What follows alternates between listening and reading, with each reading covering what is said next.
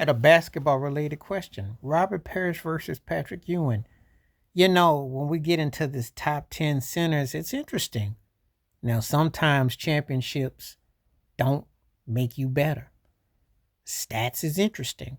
How does it look up? And who is the better of the two? So I did some investigating. Of course, I remember them, off the top of the dome because I remember watching them both play, obviously. And Parrish was an integral part with the Celtics. I don't know if Patrick Ewing, how he would have fit playing with Bird and McHale. I know Robert Parrish was one of the ultimate team players. He may be the most underrated center in regards to being able to play with a charismatic, better player and making it work. He might arguably be because he really had to be humble, hold his own, and do the things he did. He wasn't a prolific scorer, but he did the job. He was considered one of the 50 greatest players. Now, how does he stack up against Patrick Ewing? Ewing's got him beat. But it's not a blowout in terms of the career scoring. It's probably about 1,000 more that Ewing's got him beaten that, but the rebounding is close. But Ewing has a decisive edge. I think if I'm sight test, sometimes it's just about the sight test. Sometimes you need to look at things for what they are, and that's how you put them in totality. So on the visual test, I've got to say Ewing was the better player. You know, does that mean he would have necessarily won in Boston? That doesn't necessarily mean that. And see, this is where you get into trouble because there's so few guys that you can actually take around. You can say you've seen Wilt Chamberlain win in multiple places, Shaquille O'Neal won in multiple places, Kareem Abdul-Jabbar multiple places. Moses Malone was great in multiple places. That's a rare gift, you know.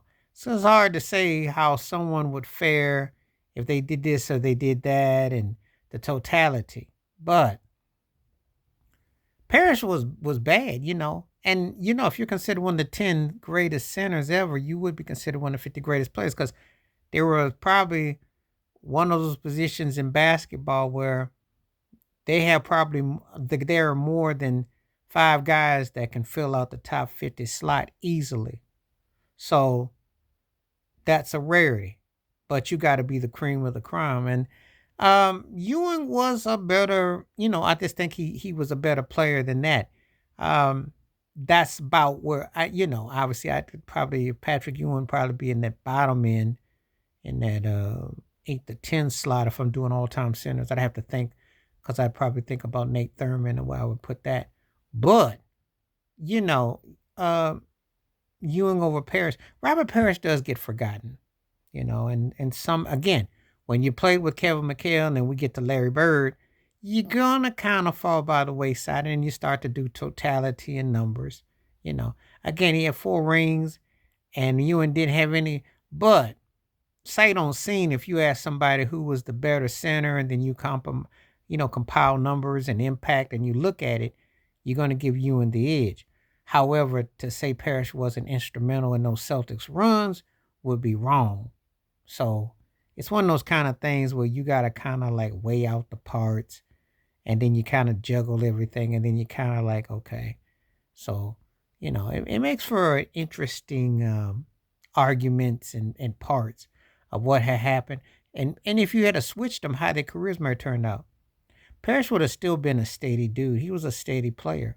Ewing was the one that was chasing the larger than life and trying to recapture what he did in Georgetown and also cement himself as amongst the greats of the greats. And it didn't happen that way for a few reasons. But I got him head to head over Parrish, but Rob Parrish was instrumental to the Celtics. So it's hard to really, when you say that, but just all things being created equal. Wash your hands, keep your mind clear, watch out for another, and please hit the subscription. Keep your mind clear, watch out for another, wash your hands, stay safe, stay focused, stay blessed, stay true. Hit that membership because when you make requests like this, I do bring back forth. And this was a good question about 2 all-time greats. Stay woke, stay free, stay true. I'm out one time. Peace.